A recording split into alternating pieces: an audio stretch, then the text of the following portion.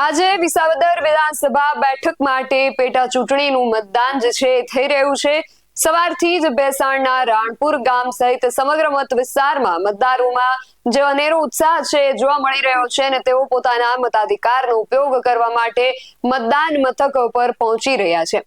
આ બેઠક પર મુખ્યત્વે ભાજપ, કોંગ્રેસ અને આમ આદમી પાર્ટી વચ્ચે ત્રિપાંખિયો જંગ જે છે જોવા મળી રહ્યો છે। ભાજપ તરફથી કિરીટ પટેલ, કોંગ્રેસ તરફથી નીતિન રાણપરિયા તો આમ આદમી પાર્ટી તરફથી ગોપાલ ઇટાલિયા આ ચૂંટણીના મેદાનમાં ઉતર્યા છે। વિસાવદર બેઠક પર કુલ 2,60,000 થી પણ વધુ મતદારો છે, જેમાં 1,30,000 જેટલા લેવા પટેલ મતદારો છે, 21,000 જેટલા દલિત મતદારો છે અને 20,000 જેટલા કોળી સમાજના મતદારોનો સમાવેશ થાય છે।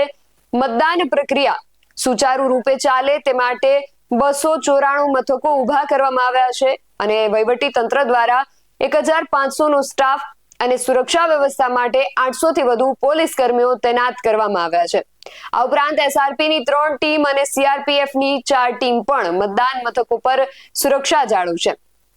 મતદાનને લઈને મતદારોમાં જે ઉત્સાહ જોવા મળી રહ્યો છે તેના પર એક નજર કરીએ। 87 વિધાનસભાની ચૂંટણી છે। મોટી સંખ્યામાં મતદાતાઓ આવી પહોંચ્યા છે। 2,61,000 મતો આ વિધાનસભામાં થવાના છે, પરંતુ દર વખતે 50%ની આસપાસ મતદાન થતું હોય છે। પણ આજે વહેલી સવારથી જ મોટી સંખ્યામાં લોકો અહીંયા આવી પહોંચ્યા છે। હું તમને જે દ્રશ્યો બતાવું છું એ જૂનાગઢના જ નજીકના ડુંગરપુર ગામના દ્રશ્યો છે, કે વિધાનસભા વિષાદની અહીંથી શરૂઆત થઈ છે।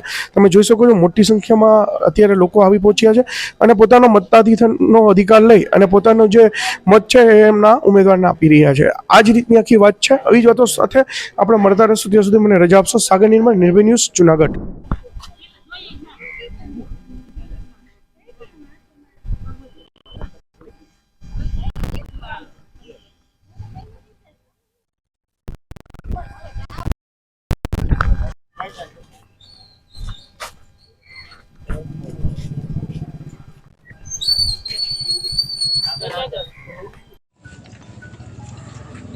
તમે કેમ આપો ભાઈ? મીડિયા કયું મીડિયા? આપું કાર્ડ।